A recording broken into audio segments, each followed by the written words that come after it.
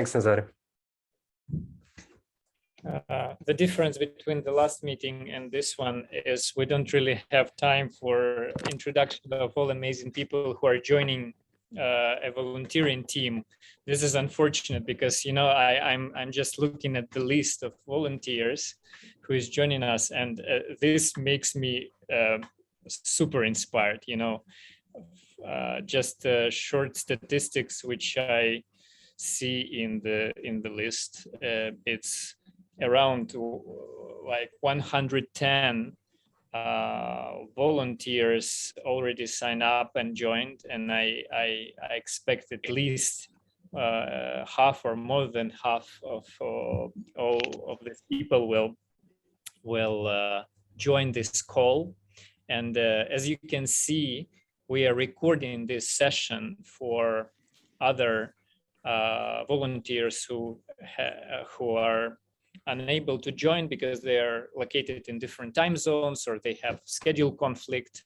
So just for you to understand that everything is recording to share this among our volunteers, not publicly, but among our volunteers. Okay, I think we will start because time is scarce. As Alexander just said, thanks a lot for joining us. Unfortunately, we don't have time to, for general introductions. I will introduce only myself and Alexander. My name is Timothy Brik. I work at Kyiv School of Economics.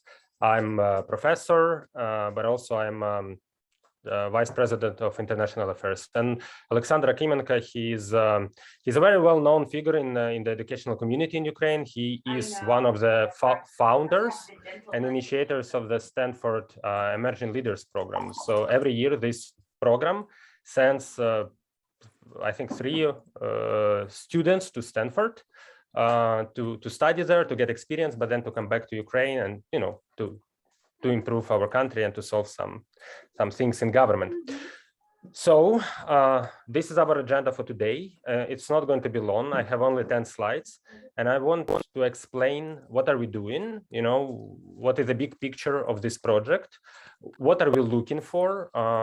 We need your help of volunteers to get in touch with universities and ask them for full scholarships and non-residential programs. I will explain what it means. We are looking right now for 2 types of volunteers. I will also explain what it means. And I will talk about some practical steps. How can we be in touch? How can we communicate? What are the next steps to work on? And then we will leave some time for Q&A. And then during the Q&A, you will be able to present yourself and to say a few words about yourself. So I will start. So the big picture. Okay, I'm sure that you all know this, about the Russia's invasions and that the campuses are bombed and people are displaced. But there is another part of this story, something that we don't always communicate publicly, something that many Ukrainian students and academics know, but our foreign partners, they don't realize it. They don't realize that the programs which they developed to support us, they don't work. So scholars at risk, they don't really work for Ukraine, because males are not able to travel outside of Ukraine, because many of us, we have this preference to stay in Ukraine. And also we have a lot of logistical issues. We cannot even process everything, all these small scholarships, that every day we receive hundreds of emails that they can accept 1 student here or 1 student there. We simply cannot process that. And there is a very kind of long-term problem, which we would like to address now. This problem is brain drain. We don't want Ukrainian scholars and students to leave Ukraine forever. We want them to be engaged, to be members of community, and to return to Ukraine to develop it. And also, we don't want our people, to have some psychological discomfort. If they're outside, they don't have to be felt abandoned or that they are not equals to hosting communities. So these are big issues that trouble us, but they don't necessarily trouble our foreign partners, and we want to change it. So we will focus now on 2 groups of people. We will support students and scholars in Ukraine, those who are displaced, but they are in Ukraine. And we will help to those people who are either they happen to be abroad and they need our support, or they want to get abroad, to get this education, to preserve their academic life, their student life, and also to return to Ukraine and develop the country, rebuild the country. So what are we focused on? We want to provide high-level education of all levels abroad. We mean high schools, boarding schools, colleges, universities, undergrad, graduate programs, PhD programs, special programs for management, lawyers, doctors, whatever. We want these programs to be fully covered by local universities, which means that our students should participate in default programs on equal footing with everyone else. If there is let's say in Canada, there is a student and the master program for this student is 2 years, fully engaged in education on campus. This means that we want a Ukrainian student also to be there on campus, fully engaged 2 years. And we want to develop some programs that will support students in case of emergency. Imagine there is a student, he or she, somewhere, I don't know, in Great Britain, and they paid half of their tuition fee, but they don't have another half. Yeah, so we need to build a system to help them financially. So that's why we decided, no, I think a lot of people realize this problem, but we also want to address this problem. So we decided to create this new institution. So we are not satisfied with those institutions that already exist. We are not satisfied with Scholars for Help and small short-term support for students. We need something new. So that's why we created this idea of Ukrainian Global University, and it will serve with 2 purposes. First, it will be a matching platform. So basically, we will collect and we will sign in universities, international universities, and this will be a place for you to come in. Yeah, that's where we need a lot of help.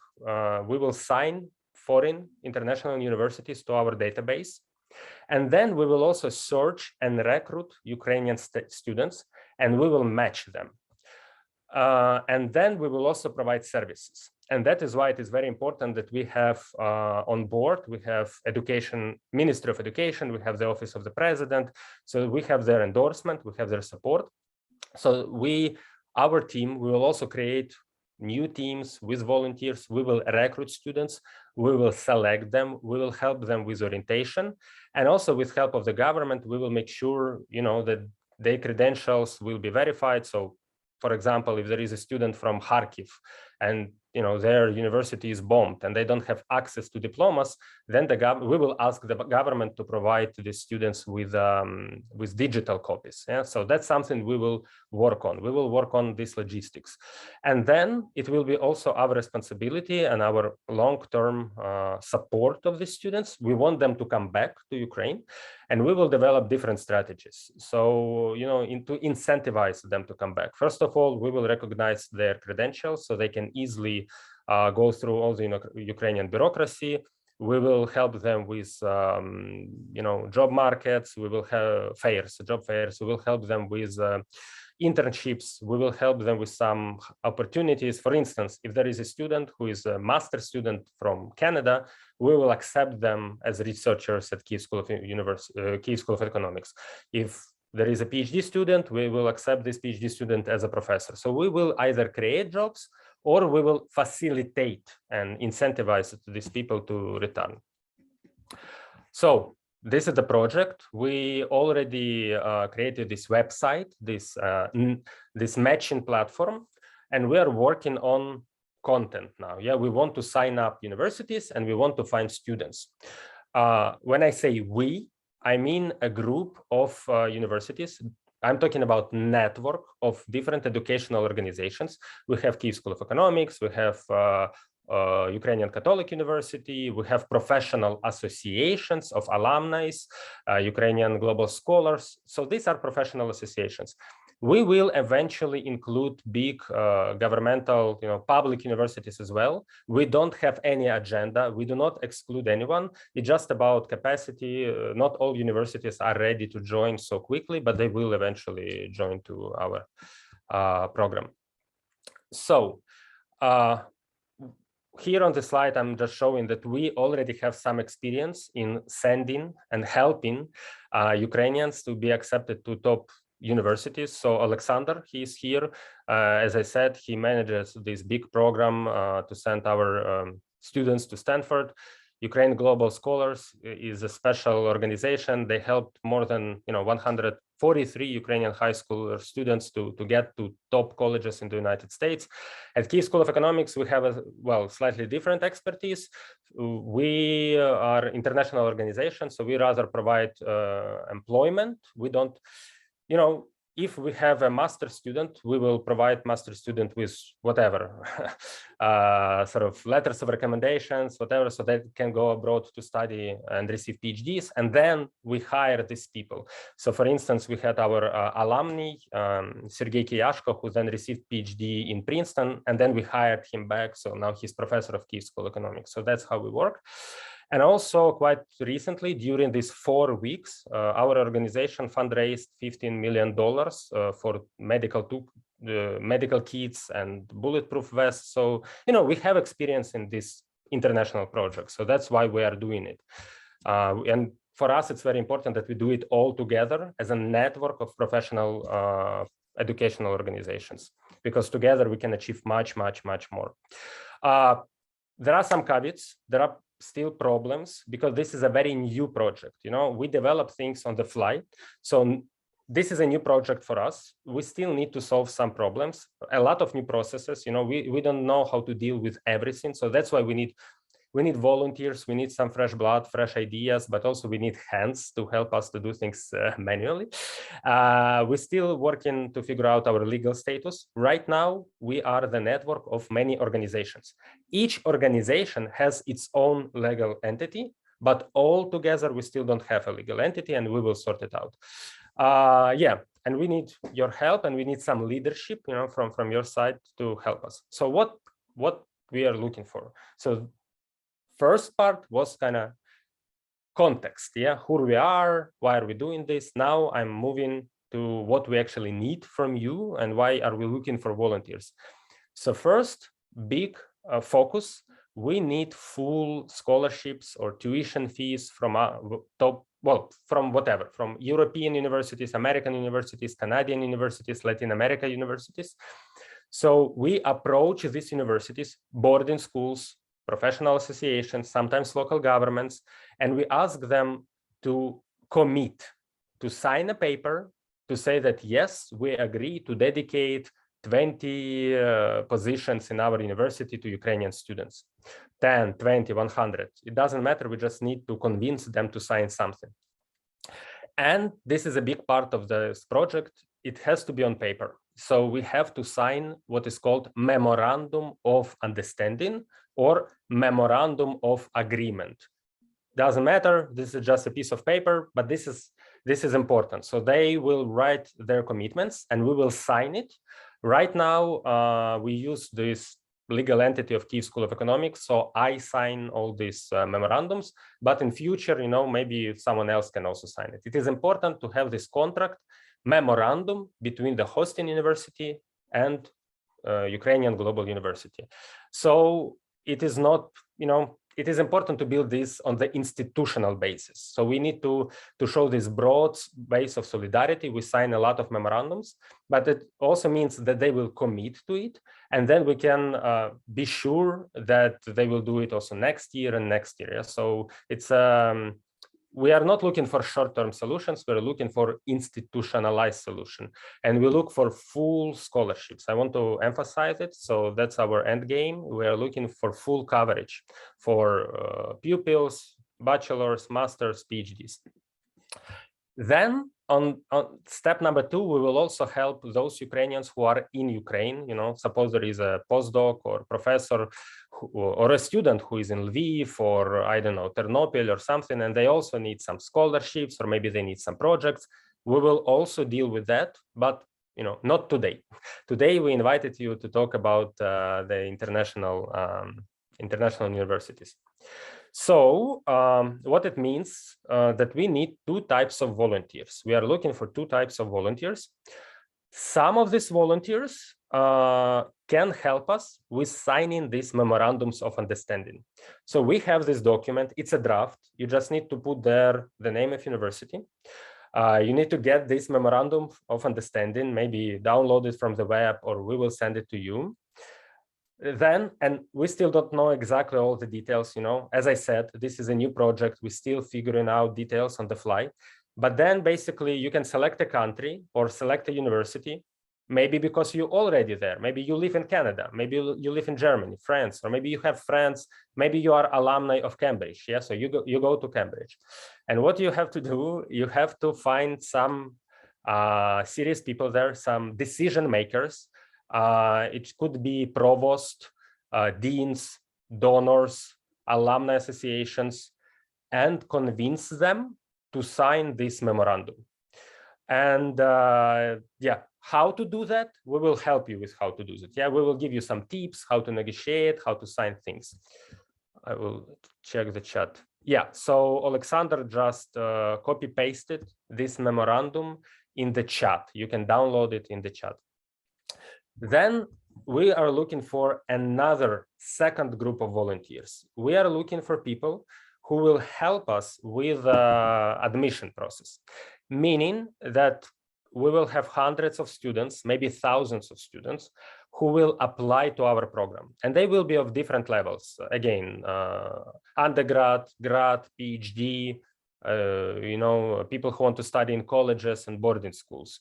They will have different level of English. They will have different motivation, and it will be our job to verify them. Yeah, to interview them, to make sure that you know, we can send them abroad. And this process has to be also polished. Yeah, we will announce the admission. We will invite students, we will select them somehow. We still don't know exactly all the details, and here we also need some leadership. Maybe, you know, some of you is very experienced in doing all of these things, so we will welcome your suggestion.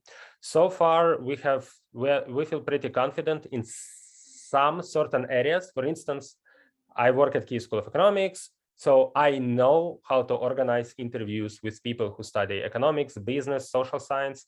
I can interview them, I can write them letters of recommendation, I can give them all the grades, and I can send them to the international university.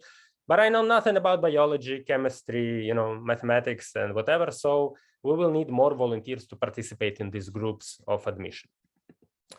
And then there is a question how to divide work, you know, what are the practical steps.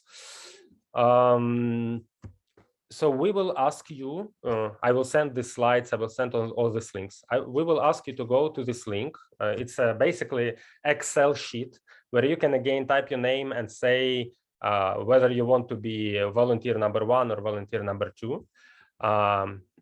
And then we will include you to the Telegram chats and channels. And I apologize, I know that not everyone is using Telegram, but for us, it is much easier to use Telegram for many logistical reasons. And we will have one big Telegram channel, which means it will be one-way communication. So we will post there news, announcements, important notification, tips, so you can all follow what's happening. And we will assign you to one Telegram chat. Maybe it will be, I think it will be Telegram chat country by country. So let's say all volunteers from Germany in one chat, all volunteers from Canada in another chat. So you can communicate with each other and share your success. And I think those who will work in admission team, they will be also assigned to their own individual chat. We will call it admission or Ukraine or something like that. So that's it. This is the first step. Again, it was just an introduction to what kind of work are we doing, what kind of help we need. But I want to ask you to manage your expectations because we are doing things on the fly and maybe we don't have all the answers now and we will figure them out with your help. Yeah, but at least we want to collect your feedback and to start working quite soon. And Alexander, he wants to say something. Alexander, please.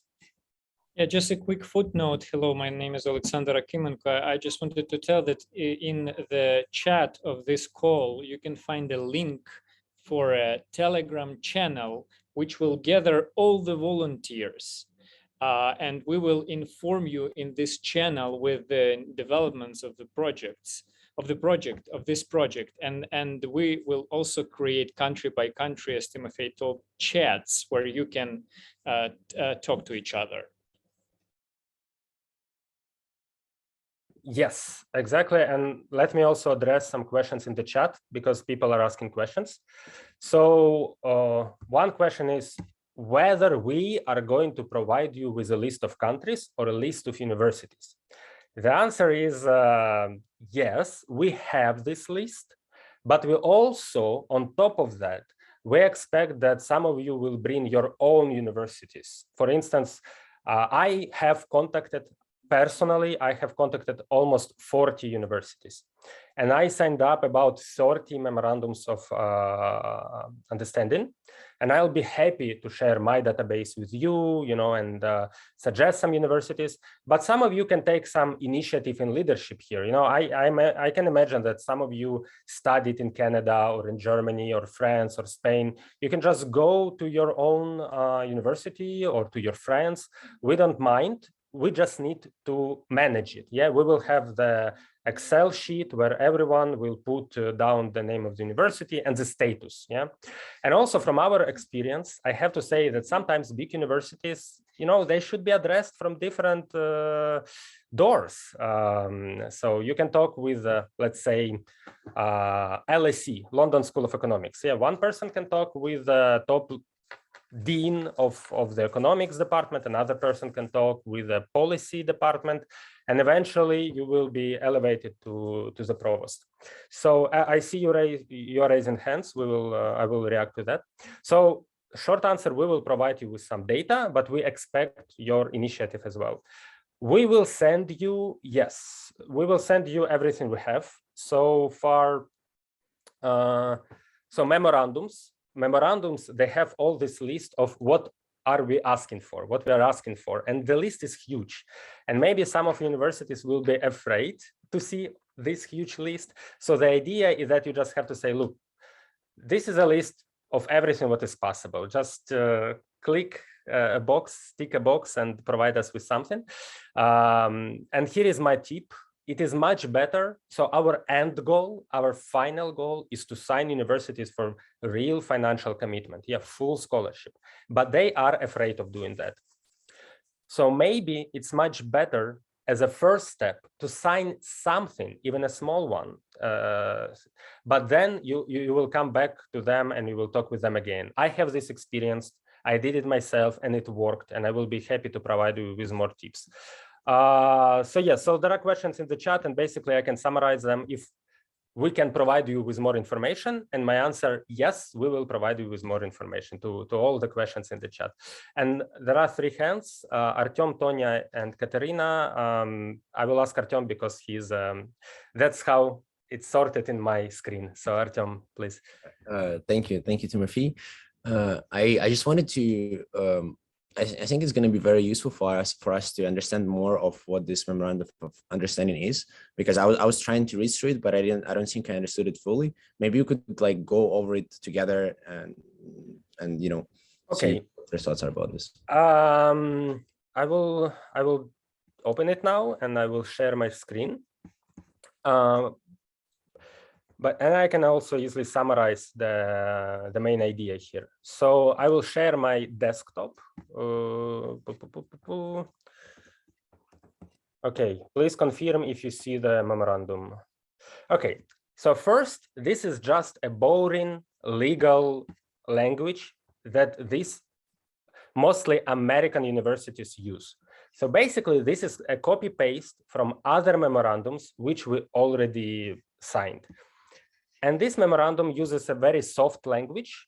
It says like, well, in general, we contemplate a possibility of mutually beneficial collaboration between our university and your university. This is just, some blah, blah, blah, just to say that we consider some cooperation.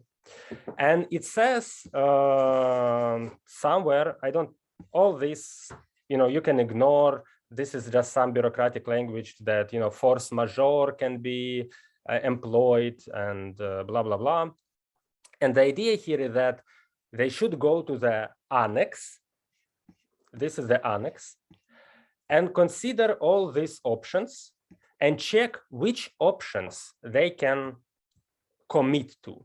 So we say, can you commit us with scholarship for high schools, with colleges for students, for tutors, for scientists, with accommodations? So this is like a bucket list of everything we want. Most likely, these people will say, oh, no, no, no, this is a huge list, we cannot do anything. Or they will just give you some small things like, oh, we can arrange a summer school with you guys next year, or something like that.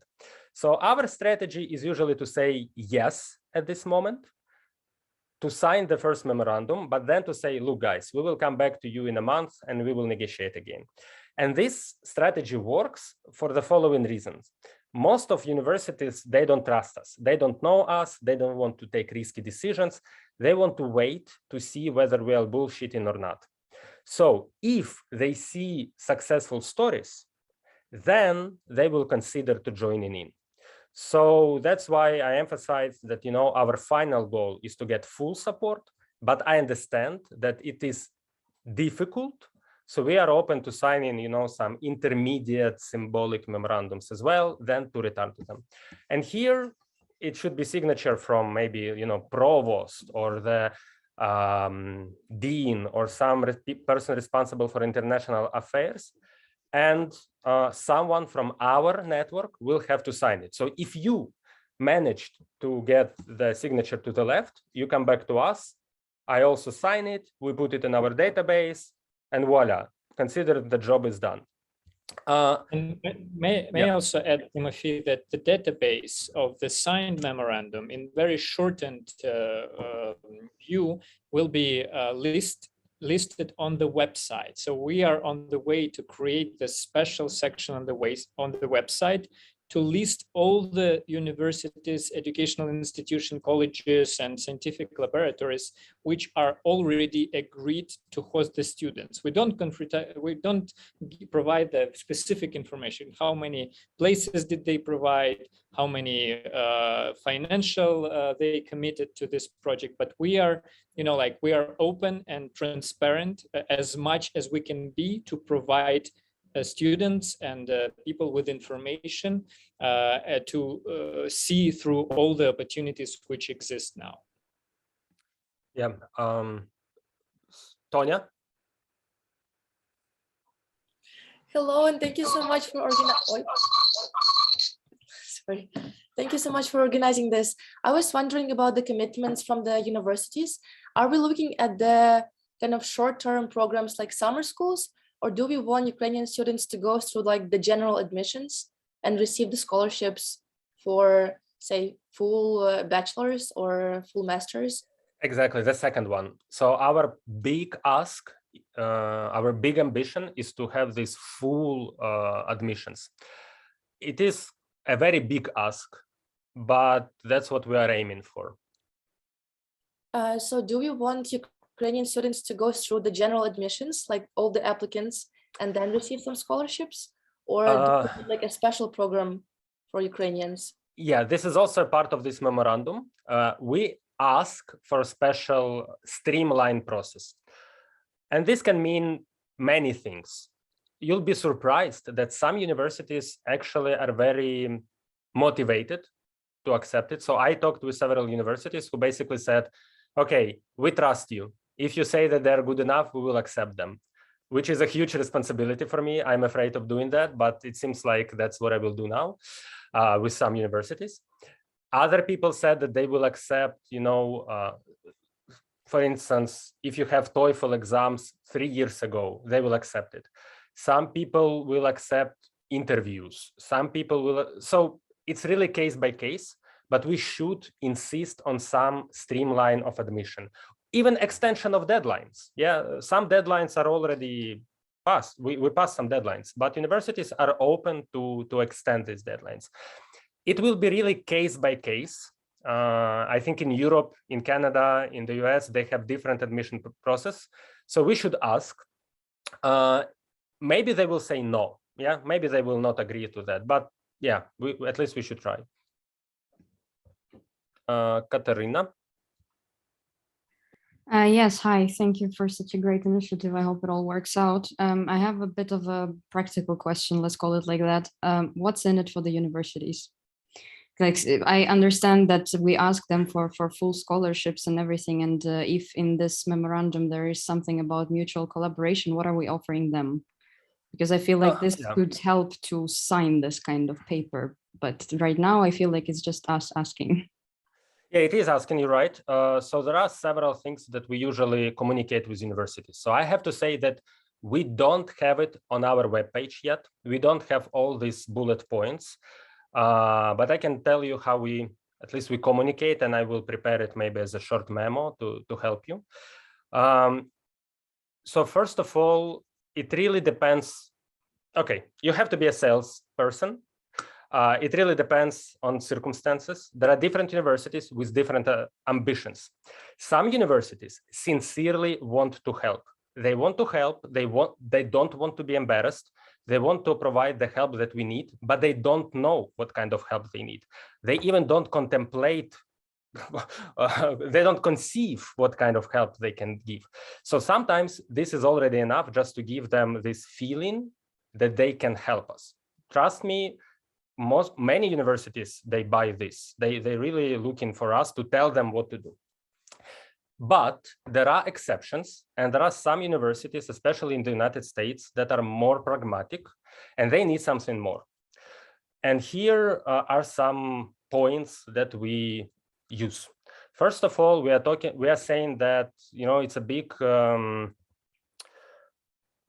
competition for talent now all around the world. Everyone is interested to recruit talented students, and we is an organization that will have access to this resource. Basically, we will collect a huge database of talented students, and we will be monitoring them, and we will be sending them to different universities. So we will be in possession of this unique resource, and this triggers attention of some universities. Second, we will help them with logistics. Instead, we will take care of many things. So they don't have to deal about admissions. We will take care of admissions. They don't need to make interviews. We will make interviews. This idea that they can save some resource is also important for many of them. Then it is a very complicated issue. I cannot tell you specifics, but we plan to do some fundraising. And we have this ambitious plan to fundraise for this project so it can be sustainable, which means that there will be a common pool of resources. So universities, they will have access to this common pool of resources. Yeah. It is a bit vague. So if you are not sure, if you don't want to tell it, better not tell it. You can say that, you can connect your university with us and we will talk with them about fundraising. But this is the idea, to have this shared pool of resources. And some universities, to be frank, they have big ego. They want to be first. They want to have this leadership position. They want to show that they know better how to support Ukraine and that, they are leaders in developing new programs. And there is another point, and I want to be very, careful here. I don't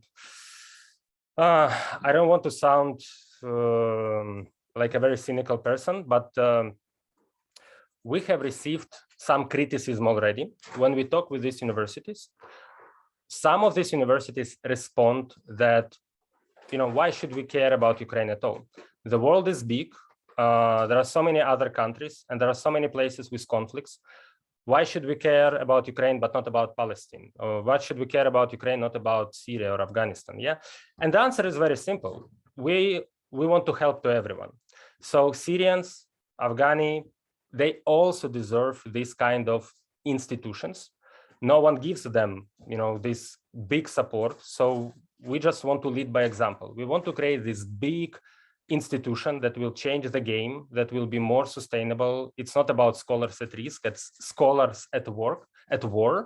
And by developing this new institution, we can also lead and help to other nations. So you see, I just gave you maybe 5 or 6 different points. And to be frank, we use these points we talk about them with different universities. It really depends on whom you talk to. Some universities have big ego. Some universities care about humanitarian support. Some universities don't care. They just want to help. So it really depends up to you and up to the context which bullet point to use. Thanks. Yeah, Mykola Starozhinsky. Thank you very much. Just have a quick question about the list of different programs, and I've been deeply involved with executive and continuing education programs, non-degree basically programs. Are we seeking those as well, or just degree programs? Yes, short answer, yes. Okay, thank you.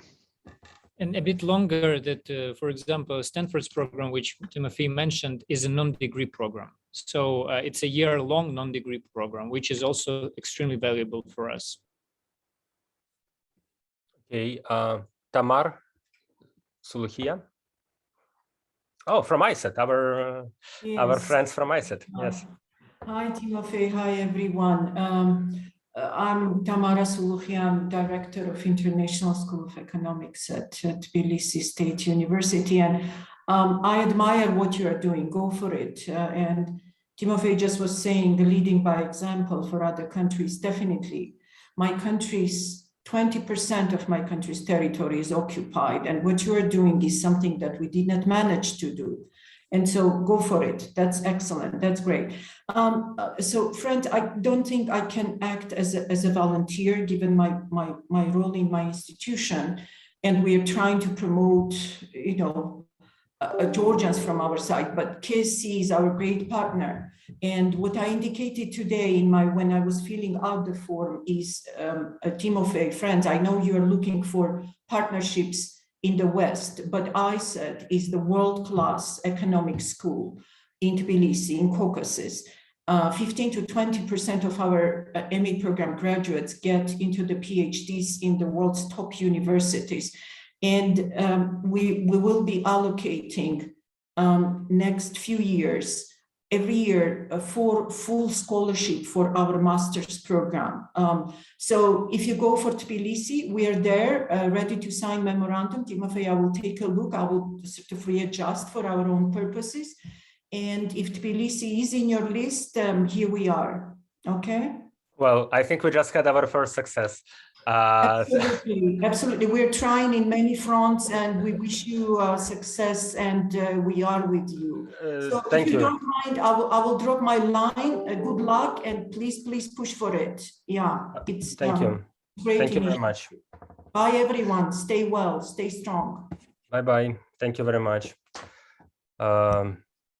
Yeah, and absolutely, we're looking for partnerships in, globally, Asia, Latin America, Africa, whatever. We're open to everything. But ISET, they're old friends and partners, so it's great to have them on board. So we have 3 hands. Sorry, I'm just listing them how they appear on my screen. So Ondras. Hello, Ondras Tribula from Czech Republic. I have a question. I contacted the vice rector of the local university, and he said that there is already initiative of Czech universities. I think all of Czech universities trying to set up some kind of program for Ukraine. They seem to be in contact with Ukrainian education ministry, and basically, I need some kind of guidance whether I shall try to contact it, whether I shall link you to this initiative of rectors, or how to connect these two. If you can answer this now, it's fine. If the answer appears in 2 weeks, still fine. Ondras, but what do you think? I mean, we have a preference to contact these universities and to talk to them. But frankly, we're also looking for support from our ambassador. So if you can be our ambassador and talk on our behalf, this is also great. But how do you feel? Would you like to talk on our behalf, or will you feel confident if we come with you to this meeting? So it's really case by case. We can exchange emails and talk about it, but it can be both ways depending on how we talk, how we agree. Okay, so as the situation is now, I understood that they are just negotiating between the universities. So once the things are clear, probably next week, I will try to connect you to clarify the bigger picture and to clarify how these two can work together. Okay, sure. Let's stay in touch about that. We'll wait for your note. Thank you very much, Andras.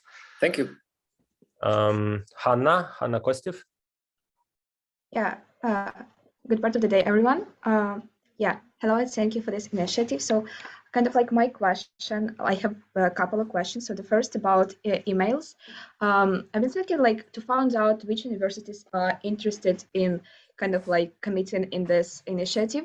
We could just create a template email and send to the database of universities in order to just know whether they're interested or not.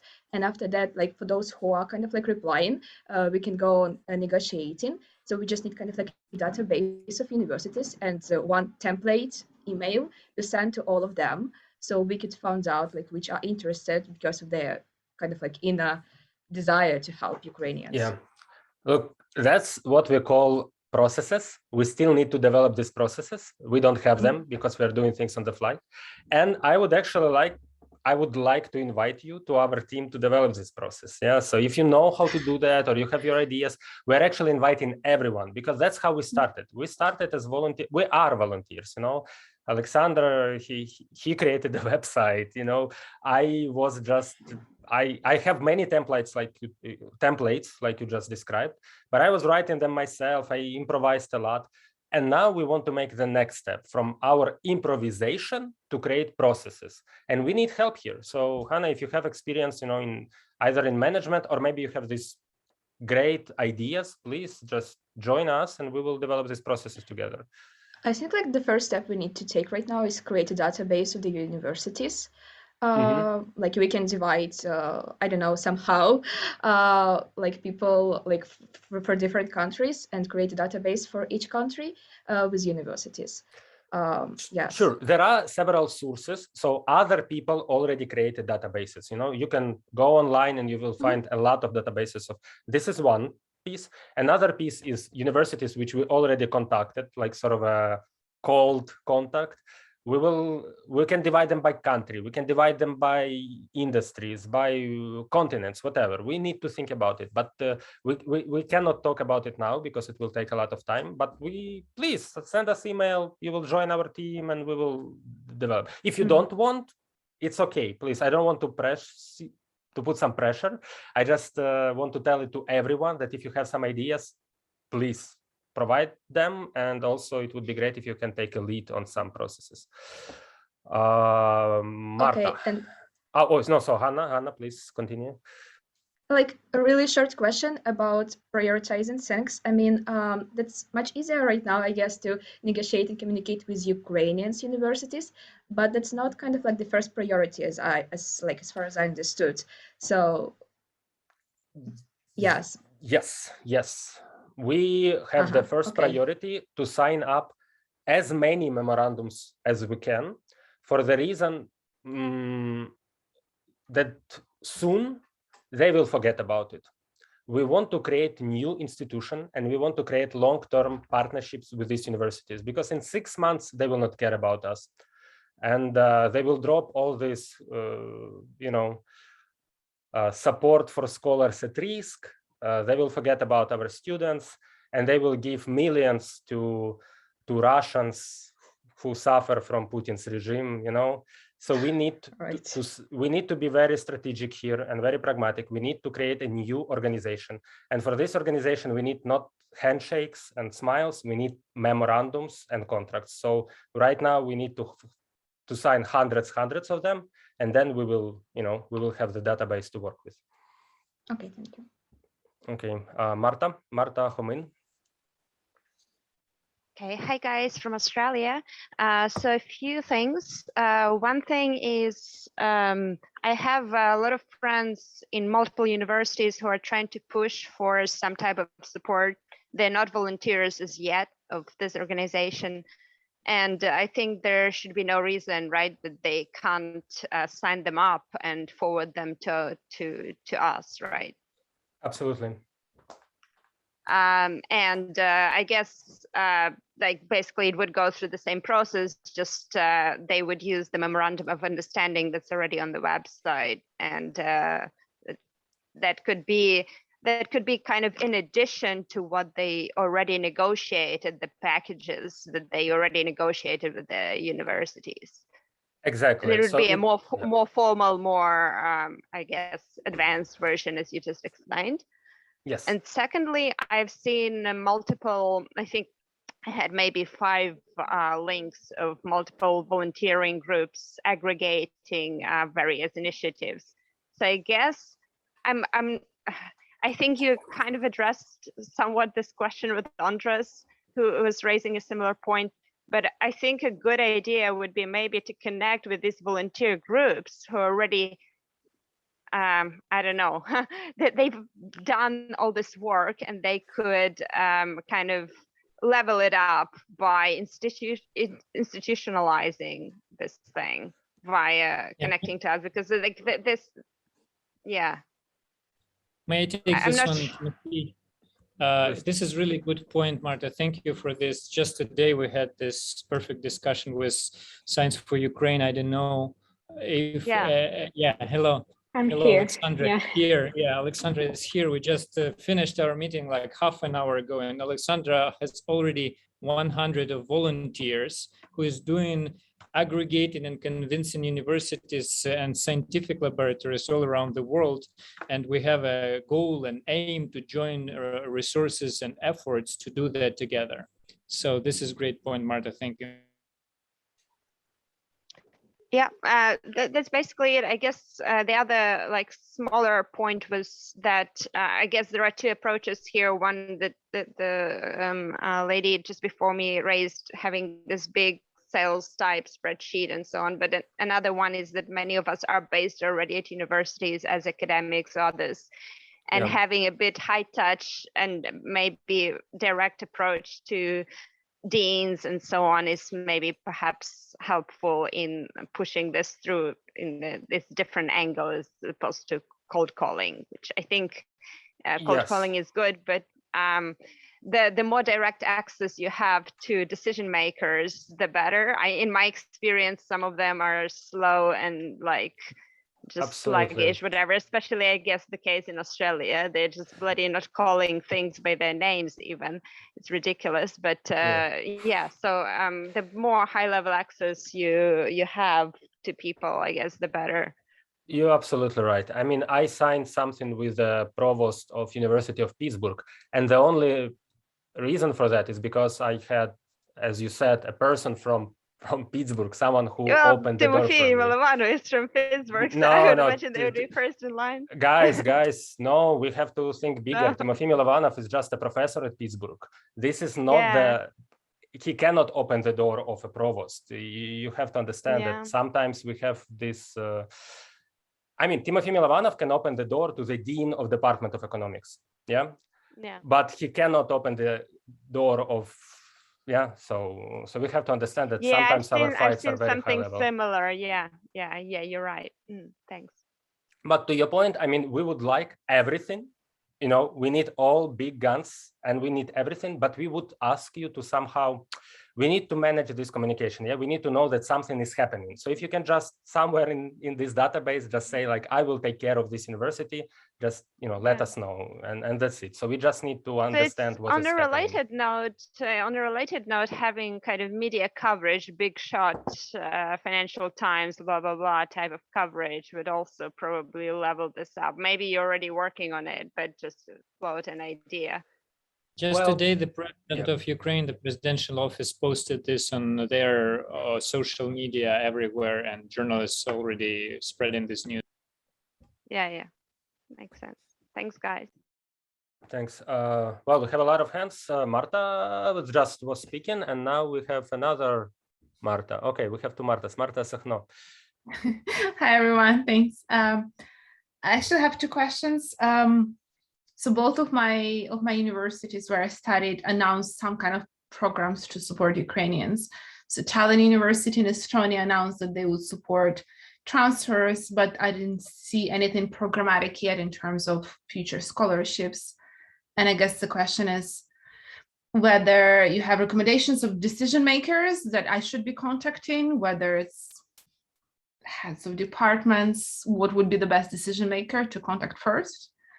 And the second part, the other university where I went, Bern University of Applied Science in Switzerland, I guess the biggest issue would be it's not so much a tuition fee, but living expense, and whether you have any recommendations of how to tackle the living expense, because for me as a student, that was certainly the issue in Switzerland, and there's not many programs to support that.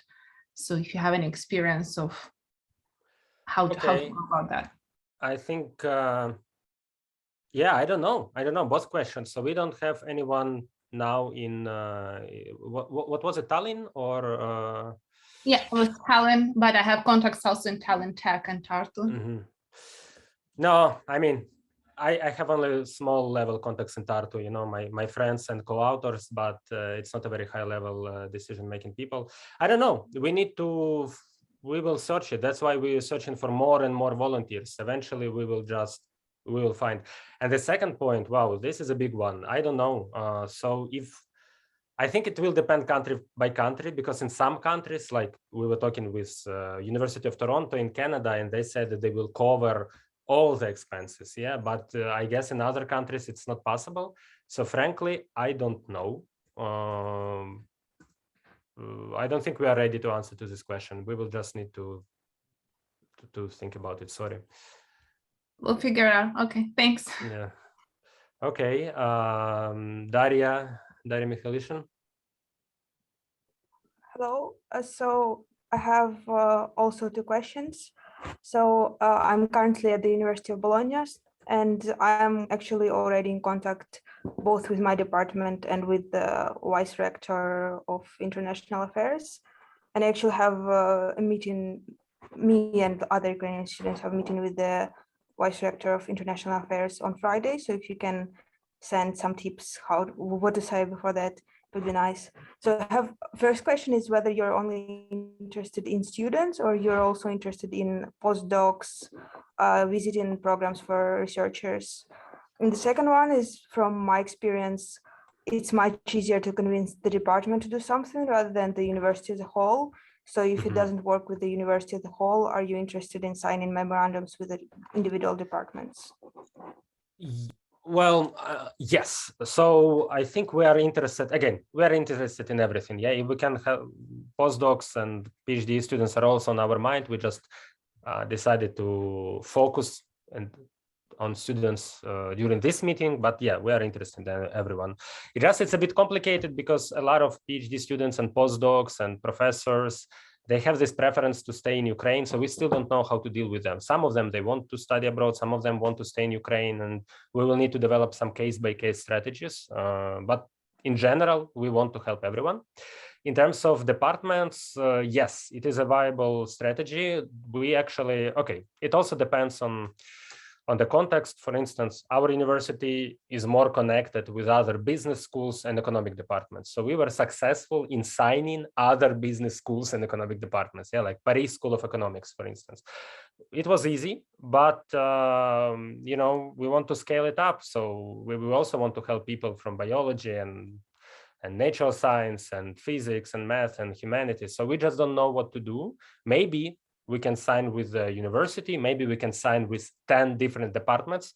Frankly, we don't have an answer now. And I guess it will also depend on volunteers.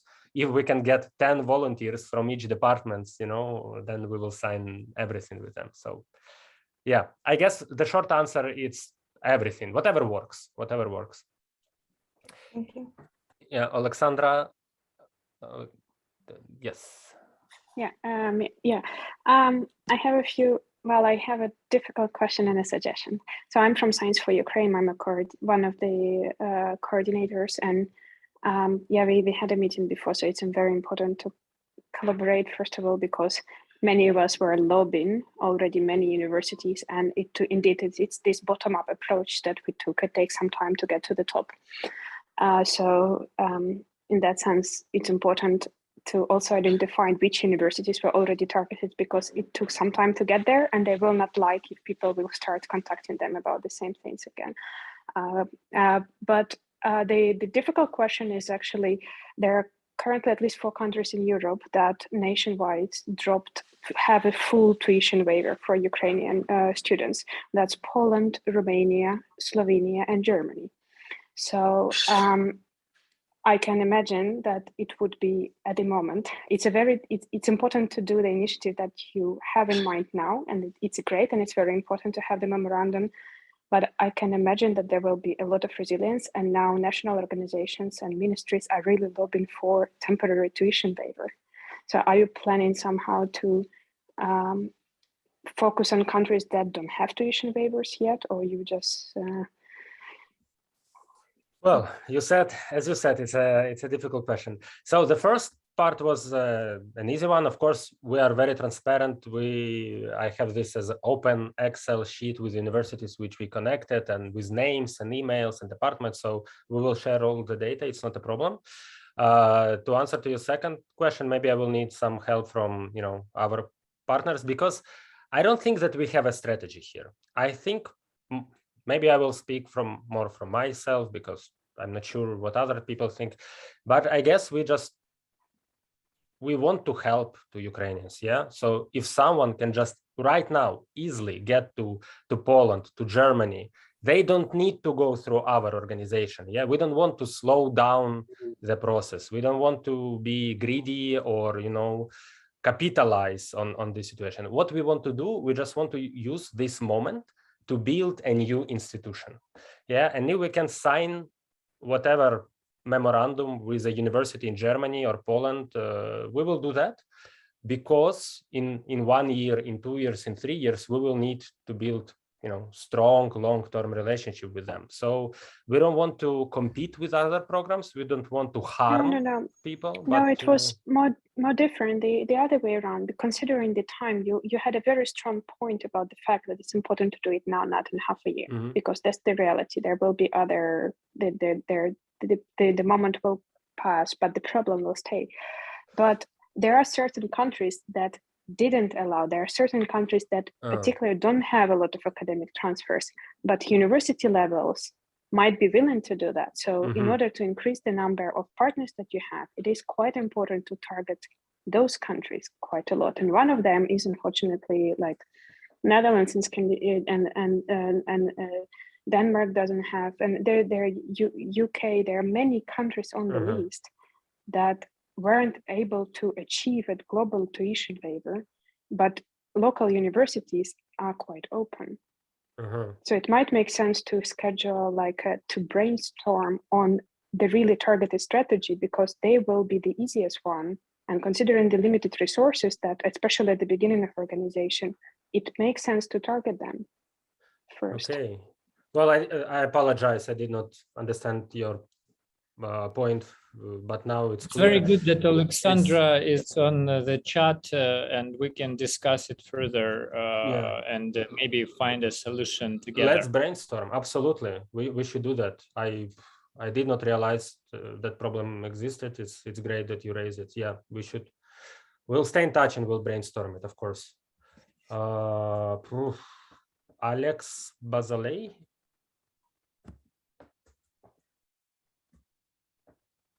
If Alex, yes, it's me. Yes, Alex. Hi.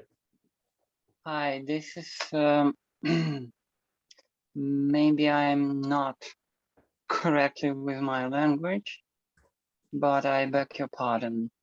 I try build my problematics, maybe my question, what I have interest in Canada, and text about my problematics I sent in chat. Okay, sorry, I didn't check it. Yes, this is physiology, and this is problematics that I need contacts, and I will need help. Please help me with Canada, with institutions in Canada, and I need contact with you, maybe. Please. So it's very easy to solve. You have our email. Yeah, just send me a direct email and we'll talk about it. Yeah, because now we're running out of time. But all individual person-to-person concerns, just send me an email and we will talk about it. Okay. Where email? I will put it in chat now. Chat to everyone. Okay. Thank you. It's I think Galina is waiting. If I'm not mistaken. Galina, yes. Can you hear me? Yes. Yeah. Thank you for organizing this. I'm from Arizona State University, which is a large public university in the US with a very well-established online program. So I wanted to make a remark. First of all, for me to comfortably contact anybody at the university, it would be really useful to have a template letter with good information about Ukraine Global University and with a kind of brief description of what we are asking for. I would be very hesitant to write that letter myself because I'm afraid to put any incorrect information there, right? So second, so far, if I understand correctly, the scholarships you've been discussing are the scholarships for in-person studies. So what about online education, right? And the third question that I have is about support for the students at schools, K-12 schools, not university. So I have talked to people from ASU College, and I have also talked to people from ASU. We have Preparatory Academy that is like an online school for K through 12 students. And I feel like I could have a lot more success with engaging them in that initiative because there is a lot less bureaucracy and they are already working with a lot of schools in Ukraine and they're willing to extend all kind of support. So would you be interested in working with the school online education program? Yeah, I think we want to work with schools like that.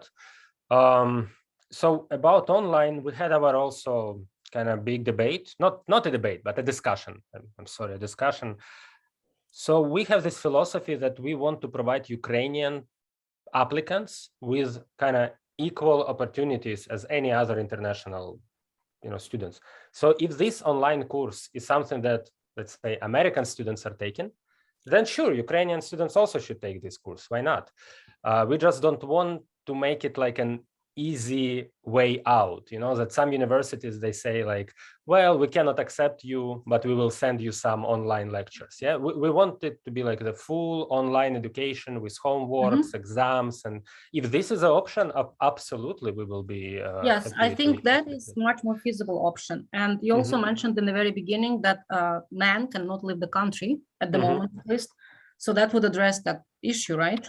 Yeah, absolutely. And to your first comment, don't worry, I will put all the incorrect information myself and I will send all these templates to you guys to, thank you. To spread the word. We will put it to the Telegram chat and to your emails just for your use. Yes, Joep, if I pronounce it correctly. You, yeah, thank you. So I wanted to comment back on to do the cold calling to many universities or use our internal contacts. And I think cold calling just to the high up people that is will be mostly ignored. And only our own people is probably too small. But if I look at our university, there's in Heidelberg, there's a professor that I've been working with, a Ukrainian professor who already tried to reach out to the international affairs for different things, together with me, university should make a statement, refugees that arrive to do something. So basically, he has already the ear of the pro-rector, and I think he's not the only one. So a strategy could be to have a long list of universities and try to find some Ukrainian professors or people that we think that might be very open to our case, and even if we don't know them, they would be willing to help, either because they're Ukrainian or whatever, and that we think, well, maybe they have already some higher up contacts, they already tried to arrange some things, and that could also be a strategy. Absolutely, yeah, I think this is very efficient. We will just, deal with it case by case, but I see that Yulia Lemesh, she's waiting for a very long time, and she's also a member of our team. So Yulia, please. Yeah, thank you so much for giving me a word. So friends, I also want to make an announcement about those of you willing to actually join our admissions team. You know that, on one end, we're trying to build this memorandums and we're asking for your help and leadership here, right? So that some of the answers were like, we are not sure what to tell you, because this is all about you being leaders in this and just promoting Ukrainian interests in your institutions, and ideally full financial aid packages for our students.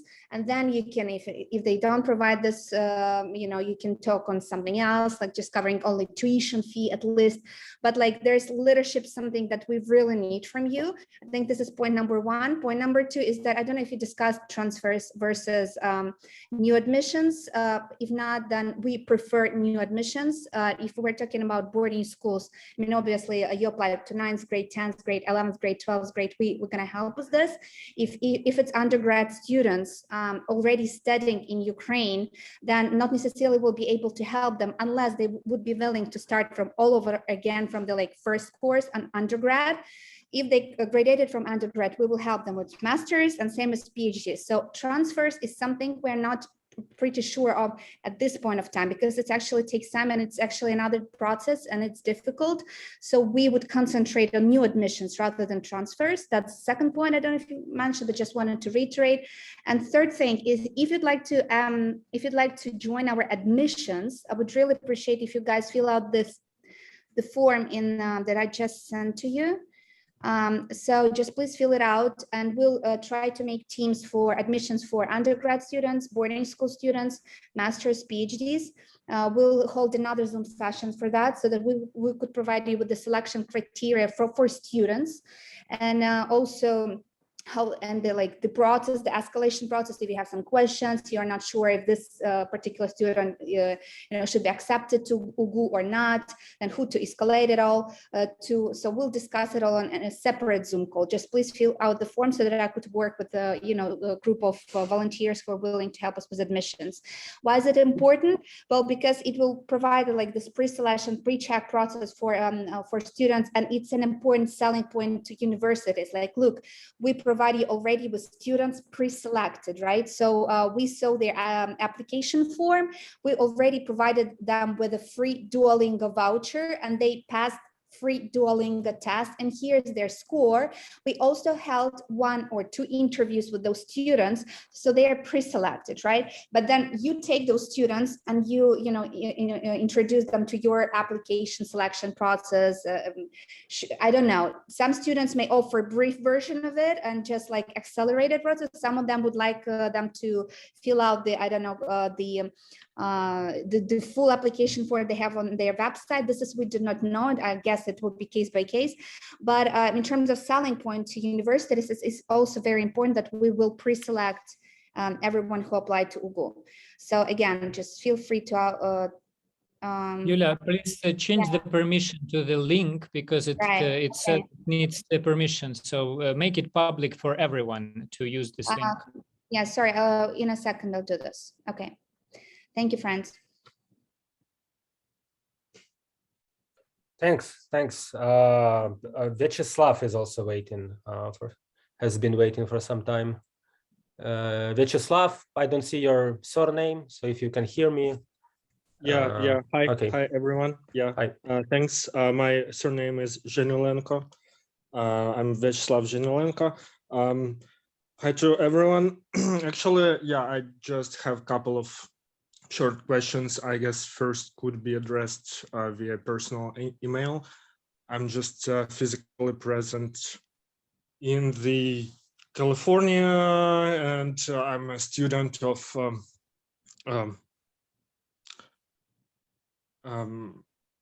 one of institutes of Kyiv Ukrainian National Academy of Sciences. So I'm interested in helping people. I could do kind of some sort of useful things. And my question is, if anyone is physically presented somewhere and could just attend universities, or I have a couple of friends who are studying here or are assistants right now. So again, probably it could be a better way to send personal email, but maybe someone is here. Sure, Vyacheslav. So we will collect all this data. So some people, I know that some volunteers are from California. Yeah. So we will create these chats for people from the United States, and you will exchange messages in this chat.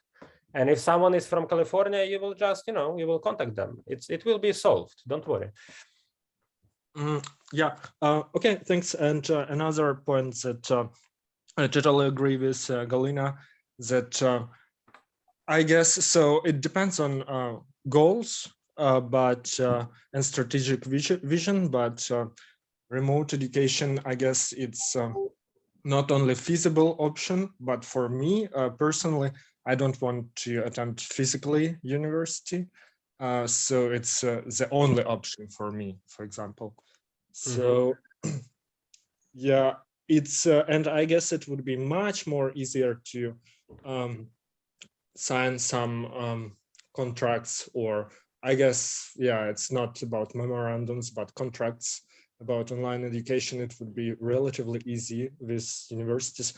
Many of them provide online education already, and some of them is really expensive. So maybe it's just free access or whatever. So just, yeah, some thoughts. Yeah, and I suggest like 2 or 3 minutes more, because we've already passed 1 hour. Maybe one last question, and all the rest we can discuss in the email or in the channel. Yes, please. I have a last question very quickly.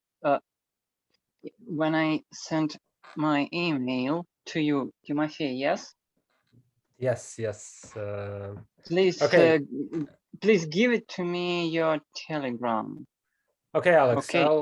I'll be in touch with you. But Monica, we also, Thank Monica you so has much. been waiting. Sorry, please forgive me. No problem. Good. No problem. Hello, everyone. Many thanks for organizing this. I'm currently based in Vilnius, but my contacts are all over the place. So I've been working previously in managing internationalization and doing the stuff that we're about to do. So I have a few practical questions. The number one, as far as I understand, the memorandum of understanding is pretty flexible on your part. So are there any statements, are there any conditions that cannot be removed? Are there any, something that cannot be changed by the other university? No, it's a bad negotiation position. No, our goal is to have this full coverage, yeah? But we cannot be very pushy, we cannot be very aggressive. So if they want to remove something, they remove it, yeah. Okay, so just checking it from, the legal standpoint. And another question, I think some people have kind of referred to that in terms of that there are many initiatives going on and many things happening in universities suggesting this or that.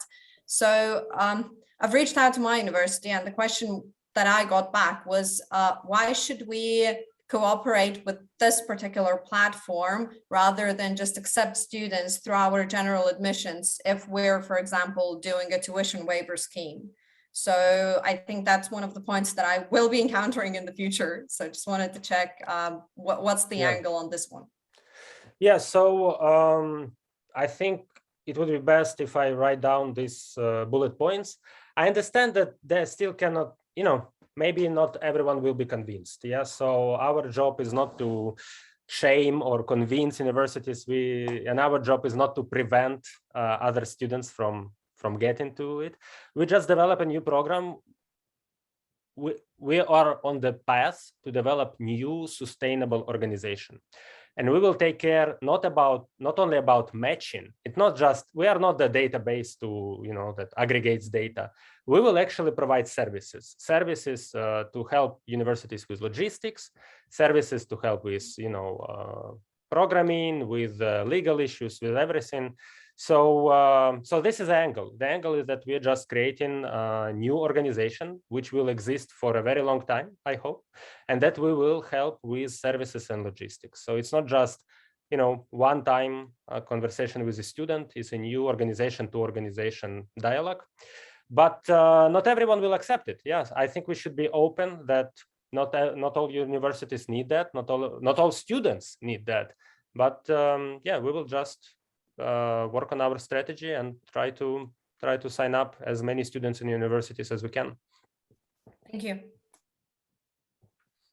Okay, well, it has been already quite a long. Thank you very much. Thank you all. We have to finish this meeting. I know that maybe you still have many questions. We will have new meetings like that with more volunteers. You don't need to, to show up to all meetings, but we will keep circulating information. We will send you some updates, this video. We will sign you to our chats, so you will receive information. And please forgive us for being maybe a bit hectic sometimes, or some delays, because we are, we are also volunteers. We are doing it now, and it takes a lot of time and energy. So if you have some idea or some question, or you think that we, did not send you an email or something, please contact us. Yeah, and forgive us if we forget something. Yeah. So thank you very much, and I wish all of us great journey. Yeah, and thank you for joining today. Thank you very much. Have a great day, evening, morning, wherever you are, and thank you for supporting Ukraine. Yeah. Slava Ukraini. Героям слава. Героям слава. Героям слава. Thank you. Bye bye. Thank you. Thank you guys. Have a good one. Bye bye. Thank you. Goodbye. Thank you.